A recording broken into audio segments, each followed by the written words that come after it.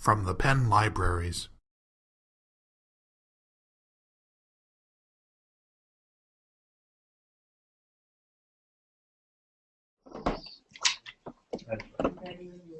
Okay, so I am going to get my devices out there. Let me just introduce myself. My name is Ted Moskalenko. I'm from Client Services Group at Technology Support Services, which is a subsidiary of Information Systems and Computing. So today, my agenda is to kind of give you an idea of what devices are the latest and greatest out there. I'm going to talk a little bit about mobile device adoption, both within the US and across campus. What trends you should look for, what kind of devices really are the ones to get right now, and what you should look for when you're looking for a phone or a tablet. Then I'll go into smartphones and tablets individually, and we'll talk about some software recommendations for all of you. So this is a list of devices that I have today. I'm going to start spreading them out, and Vern's going to pass them out for me as we get to the relevant pages. So give me just a minute. And if you can take a look at this list, and if there's something that you really want to try out, just grab it when you see it passed around the room. And say you think that's right. It'd be nice if you could leave it after that. That's why Vern's your evening enforcer, actually. Let's do inventory. Oh my gosh. I'm going to take a picture. That's all of it.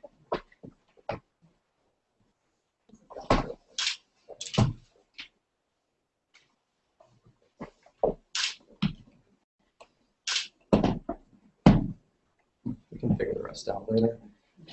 Okay, so first we're going to talk a little bit about adoption. We're going to go into the US first because that kind of gives you a really good indicator of where tablets and smartphones are across the marketplace. Right now we're at 55% roughly smartphone adoption within the US, and there was actually an IDC article published late last night that says smartphones have officially outsold feature phones for the last quarter, which means that we're now at that point where it's the tipping point. We imagine that everybody else that doesn't have a smartphone yet is going to get one soon. Android activations have reached 1.5 million a day, which is a great feat, and I think there are over a billion total activations. Very impressive numbers.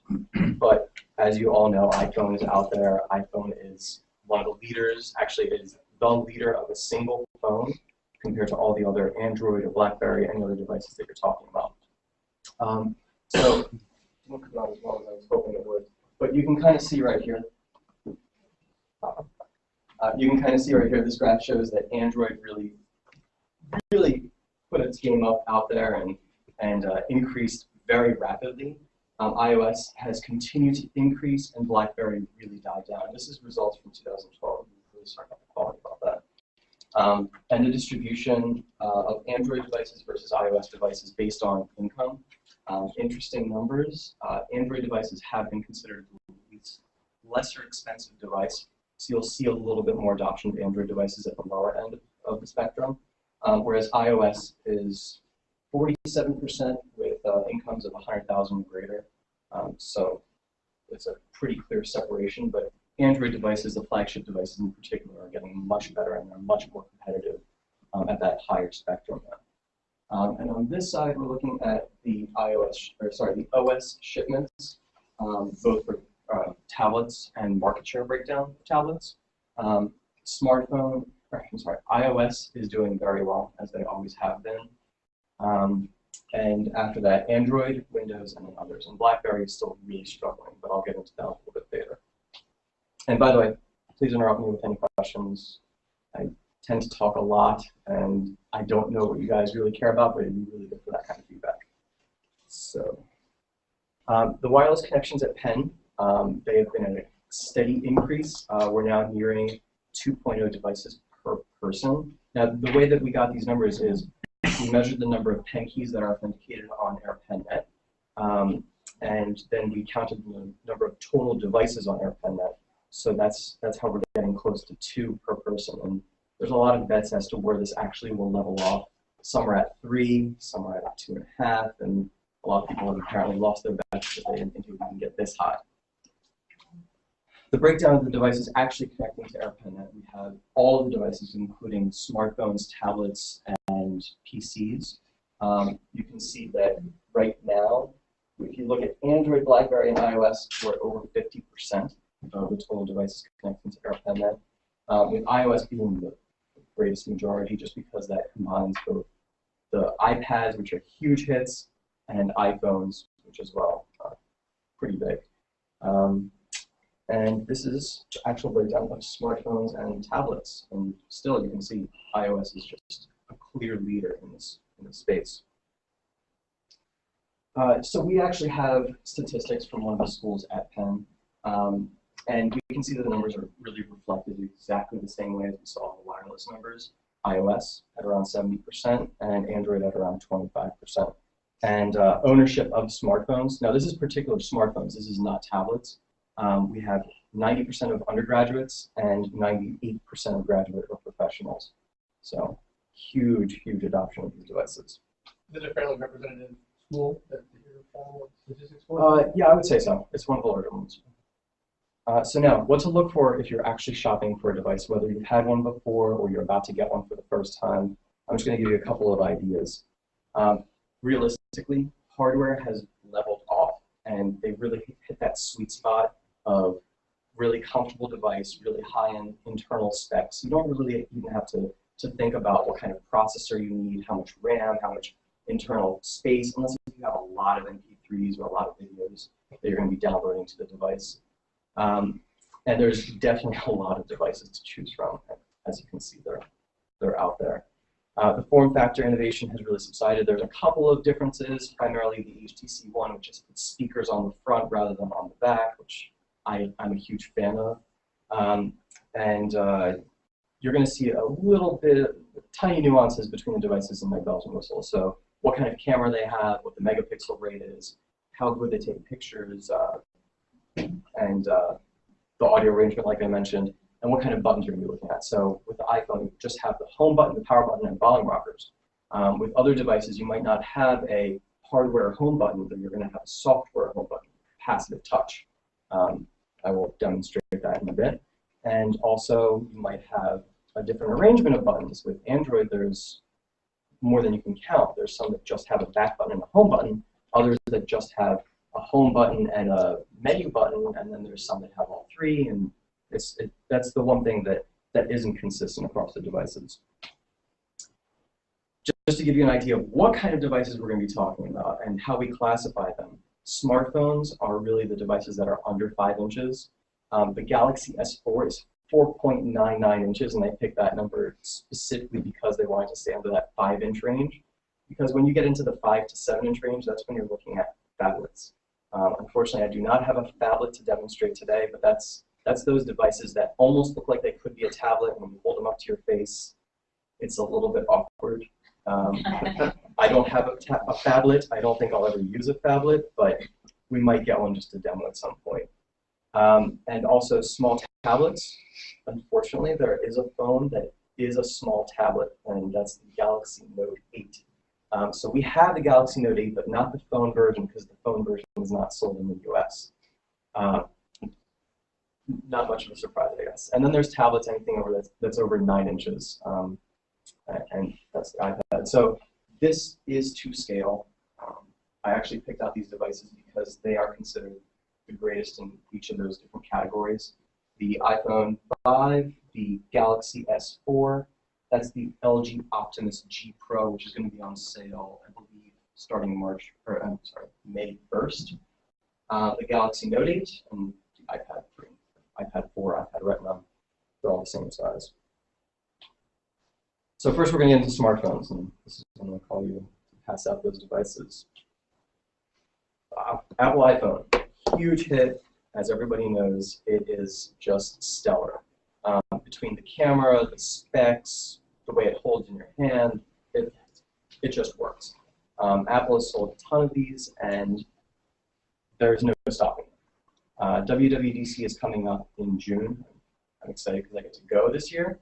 And we don't know if we're going to see a new phone, but there's a lot of rumors that there's going to be an iPhone 5S and maybe a lower tier iPhone, which is going to be just a slightly lower spec.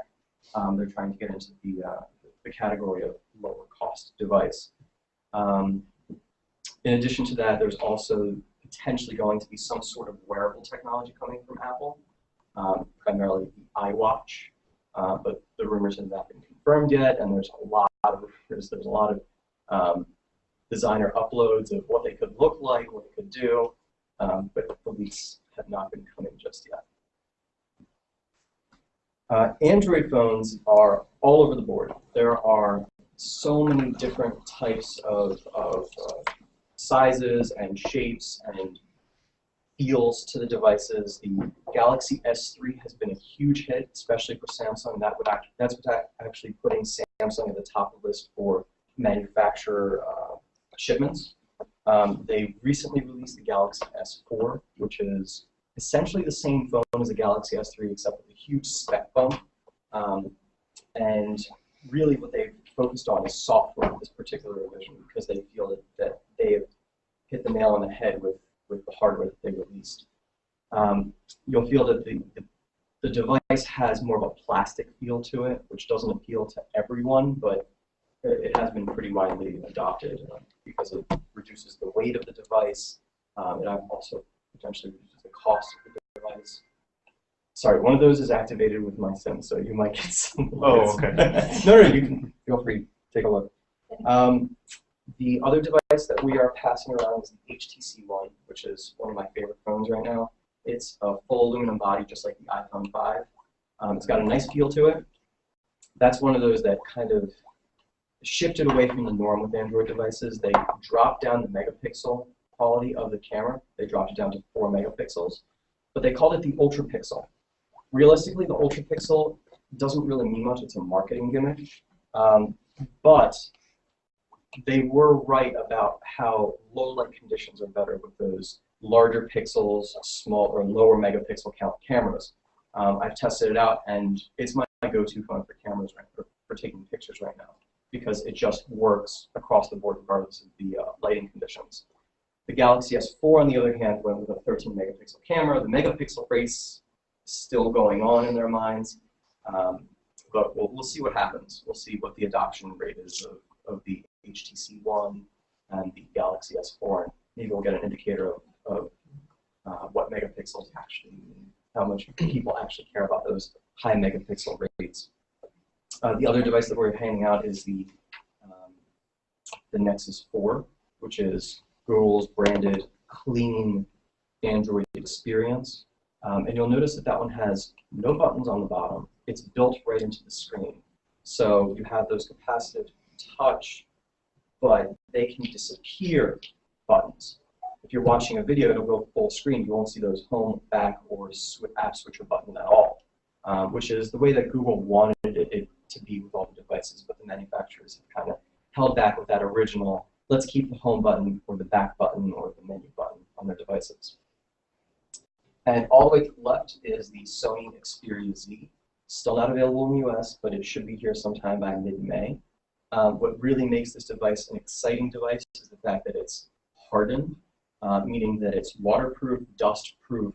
It's a little bit more shatter-resistant. They've really upped the game on the hardware side of things. Now I have a feeling that other manufacturers will start doing the same thing, because when you're using your phone, you put it in places like your pocket that way back when the iPhones actually were triggered by sweat, the water indicators. This device has no problems with that. You can wash it with water and it won't be damaged. It will continue to run.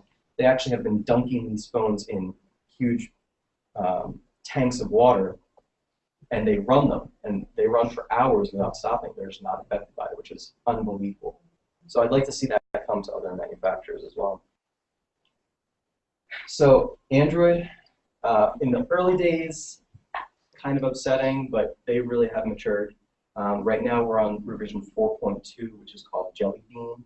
Keyline Pi should be announced in mid-May at Google I/O, and we're expecting great things, but we're not sure if it's going to be a phone OS or a tablet OS or both. And Google has gone back and forth between doing just a phone OS or a tablet OS, such as Honeycomb, which was only for tablets. Next, let's talk a little bit about Blackberry. They are no longer called RIM. They have rebranded themselves as Blackberry. and they released two phones, the Z10 and the Q10. The Z10 we do have here today. It's a full touch screen device. Does not have a physical keyboard, and it's a first for the Blackberry 10 OS. It's the first device to come out with that OS, and it has helped them slow their decline. They sold 1 million units overseas.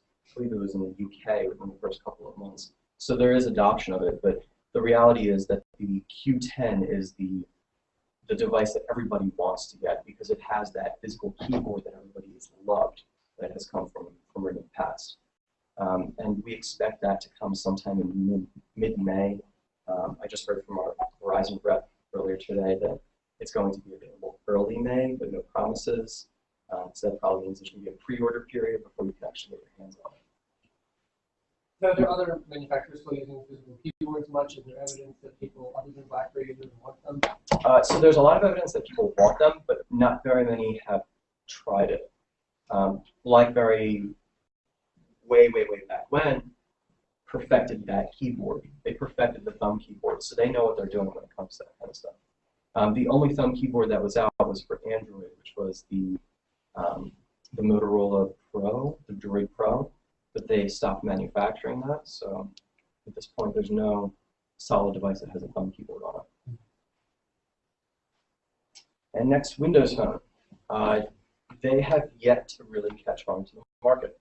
They have, I believe it's 1% market share, it's up to 3%. It's such a low adoption rate of these phones. And today we have the Nokia Lumia 900 and the 920. The 920 is the flagship device. It's the one that's black. The 900 is blue. So the one thing that I do have to hand to Nokia is that they figured out how to make these really beautifully colored plastics for the backs of their phones that have this premium feel to them, which is exciting, but hasn't caught on, unfortunately. A lot of forums that I've been reading have been saying we really wish Nokia would release an Android phone because the hardware is just perfect, but the software not so much. People are not really adopting Windows as much as Android and iOS. But that's not to say that Windows Phone is not a great OS. I really like it. If you're a huge Microsoft fan, if you have Windows at home, if you have an Xbox, if you have a tablet, it might make sense for you to get a Windows Phone. That's a very personal opinion. Next, tablets. Going to go into iPads, and we have both the Mini and the iPad 3. So the Mini sales have been very impressive, and Apple had their conference call. It was earlier this week, at which point Tim Cook was telling everybody about the sales and the adoption of the iPad Mini and the iPad. They continue to grow, and it's just an excellent product. Sorry if that's my phone. So the Apple ecosystem is something that a lot of people have bought into. The App Store is huge. I think it's over $1 billion paid out to developers. They were the first at the game, and for that reason, they are doing very well. We don't know what to expect with new iPads just yet, but there have been a couple of leaks of a new iPad Mini coming out, as well as a new iPad that has a slightly thinner frame. And I think they're just going to continue to exceed our expectations. At least I hope they do. Android small tablets. We have the Nexus 7 and we have the Note 8. The Samsung Note 8 comes with a stylus that isn't the typical stylus that you might be used to with the resistive touch screens from way back when. The stylus that comes in the Note 8 bottom right corner, if you pull it out, you can actually kind of hover with it over the screen, and it'll show you where the pointer is, and it won't do anything until you touch the screen with the stylus. So it's a really interesting way that Samsung has implemented the Wacom technology into their devices. And the Galaxy S4 has taken from that and now lets you kind of use your finger to wave above the screen, and it'll hover until you touch the screen and you'll open up that app. So they are continuing to do very interesting and innovative things with that technology. Android tablets. So tablets, this means 10-inch tablets. We have the Galaxy, I'm sorry, not the Galaxy, that's the Nexus 10 in the middle. And that was, again, the clean experience that Google wanted to have on the Nexus devices. You'll see down at the bottom there's two circles. Just click on the right circle, and that will let you log in with the other user account. I did forget to mention that with Jelly Bean, which is 4.2 Android, there is user switching, which is a huge deal, I think. I don't know if Apple's going to be releasing something like this, but there has been a lot of pent-up demand for being able to switch devices between people and having a profile on the device. The Nexus 10 has done that, as well as the Asus Transformer, which is down in the bottom left. We have the Asus Transformer Prime, which is a slightly older device. The newest one that came out is the Infinity, which looks very similar. It's a little bit thinner, a little bit faster, just a spec bump really. But the idea behind it is, you can use this latch, disconnect it, and then you have a tablet you can carry around, or even plug in the keyboard. The keyboard doubles as a battery, so you can extend your battery life to about 16 hours, according to their estimates. And it's one of the greatest devices I've seen that has a nice keyboard built into it and runs Android. And all the way in the top right is the Amazon Kindle. It's the Kindle Fire 9 HD, or 8.9 HD.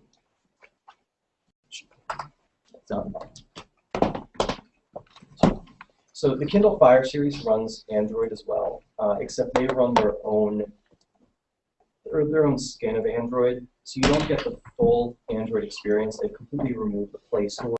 They have the Amazon App Store, and it works exactly the same way. It's just that you buy the apps through Amazon instead of through Google.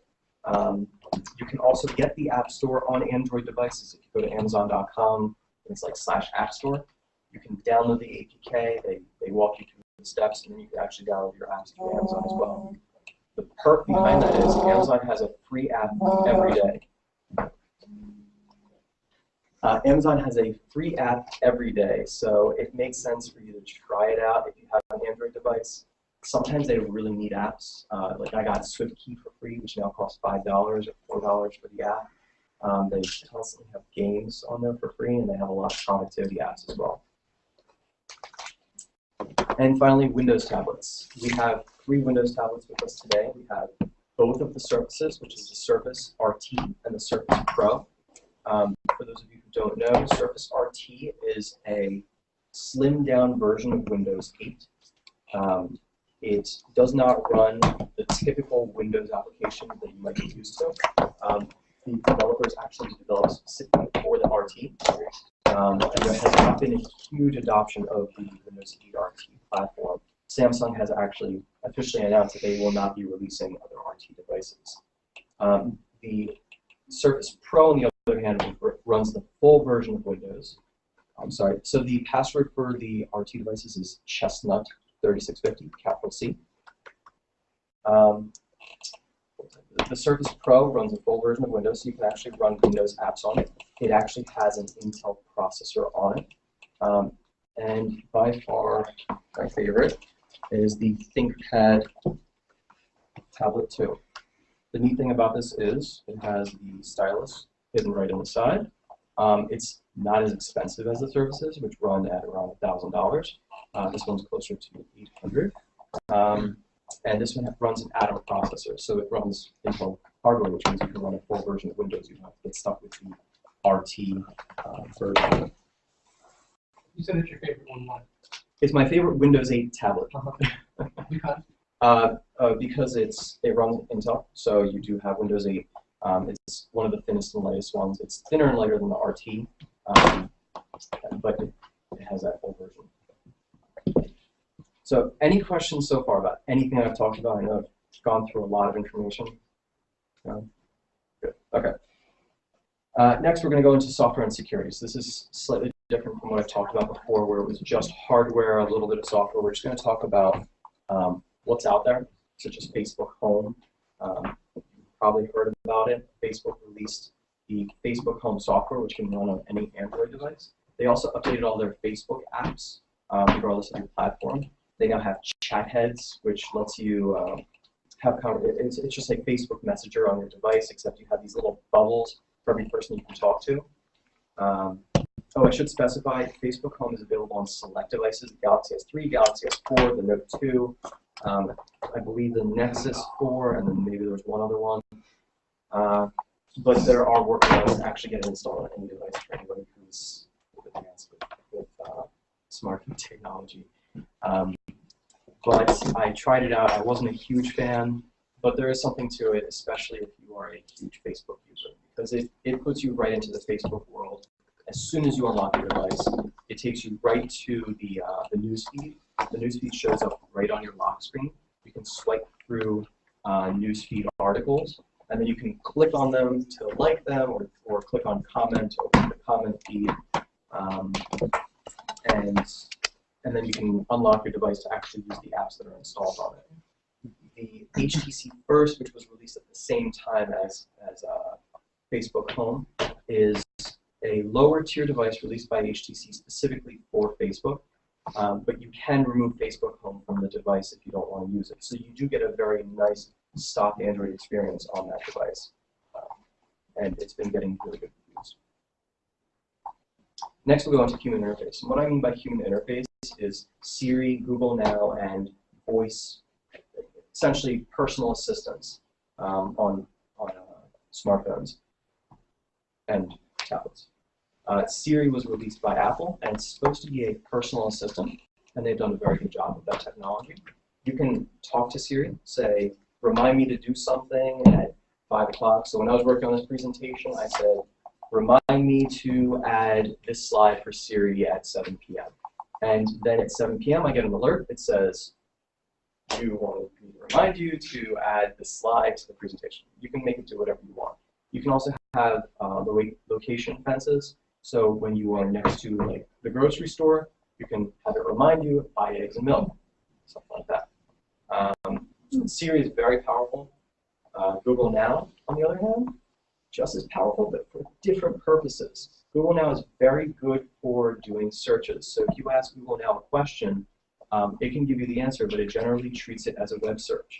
You can also have Google Now direct you to navigation. So if you do a search in Google Maps, regardless if it's on a desktop, laptop, or smartphone, Google Now then gets the information of which location you searched for, and it will give you a technical term for it, I'm sorry, a little bar that says, if you would like me to, I can set up navigation to go to that location. All you have to do is hit navigate.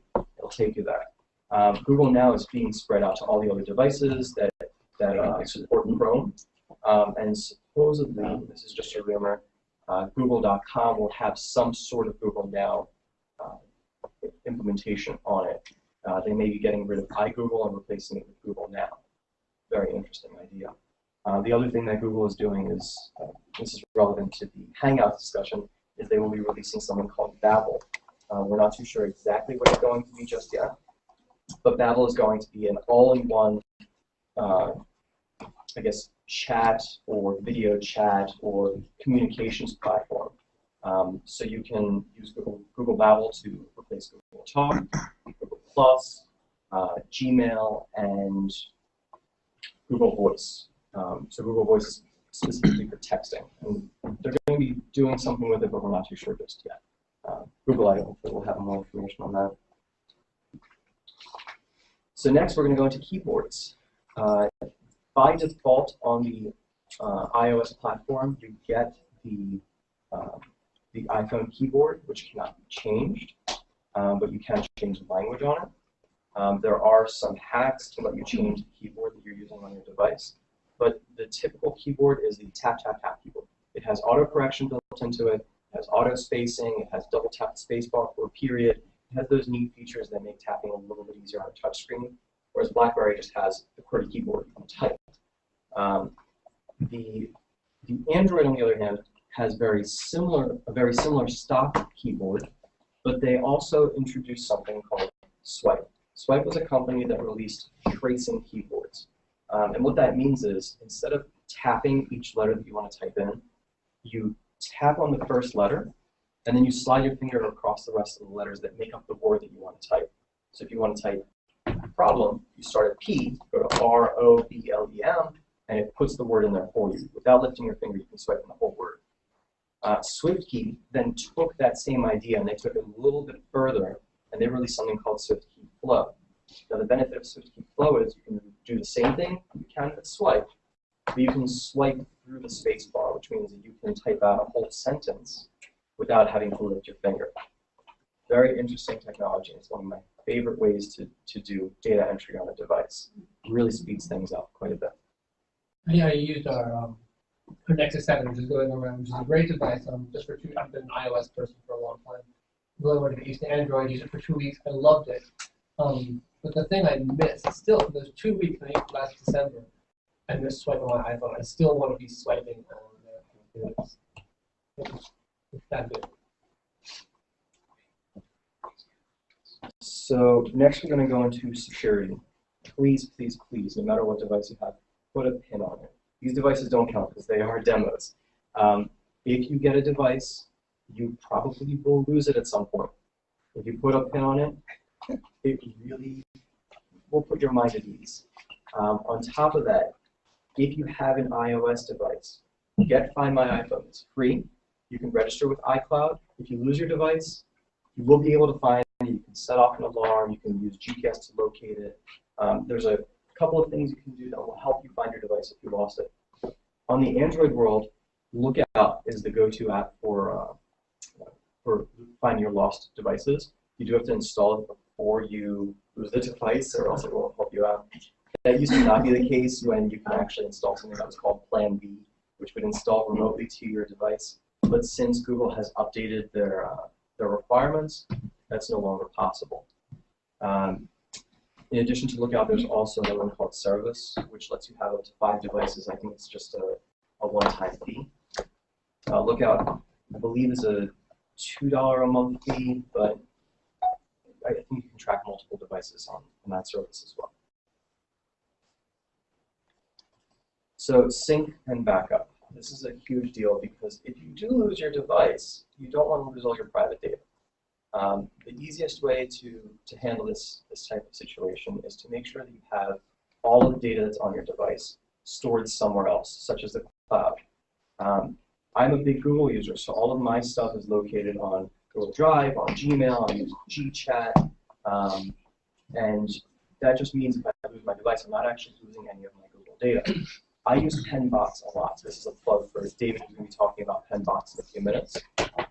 Pennbox is a great place for you to store stuff in 50 gigabytes of space.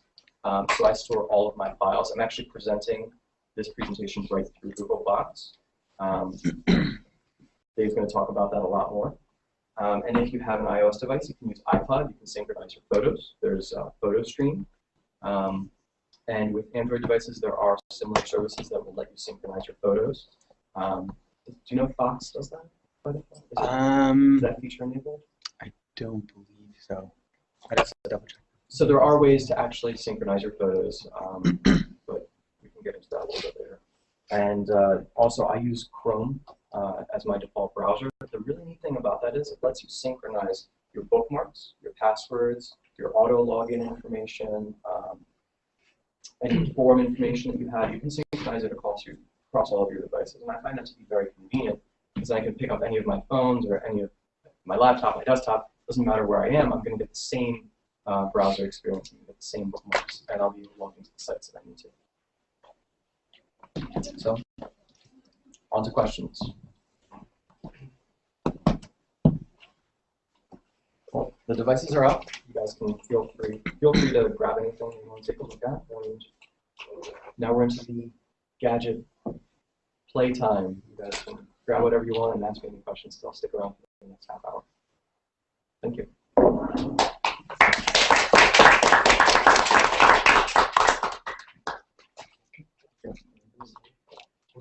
Two other things we forgot to pass out. This is the Dell XPS 12. It's a 12-inch laptop with a touchscreen, and the neat thing about it is it has this convertible tablet screen, so you can turn it around and use it as just a tablet. That's the front as well. And this is the Samsung ProBook. It's the Series 3, so it runs a slightly lower end processor. And you'll feel it's a very light device. I believe it only has 8 gigs of internal storage. So it's supposed to be just a cloud device, really, and that's what the Chromebooks are made for. So This is a Chromebook. yes.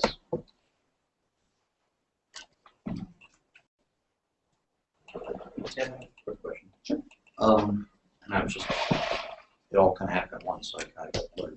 But with the Surface devices, at what level can they go full Windows 8? So Versus there's two versions of Windows 8 out there. There's RT, and then there's Windows 8. So Windows 8 Pro, Windows 8 Home Premium, and you really do have to separate the two worlds.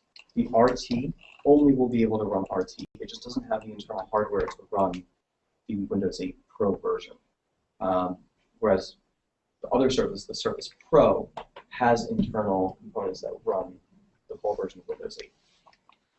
So they have an Intel processor or some sort of other full desktop or laptop processor. The two devices that we have here are the Surface Pro, which is Intel, and the ThinkPad tablet, just right there. And those two both run full version of Windows. And does the ThinkPad one have a keyboard type scenario with that? Does it Yeah, come I think with there's an one? accessory you can buy. There's a Okay, so keyboard there's an dock. add-on. Yeah, it's an add-on. But the keyboards for the Surfaces are also add-ons. There's a tactile feedback.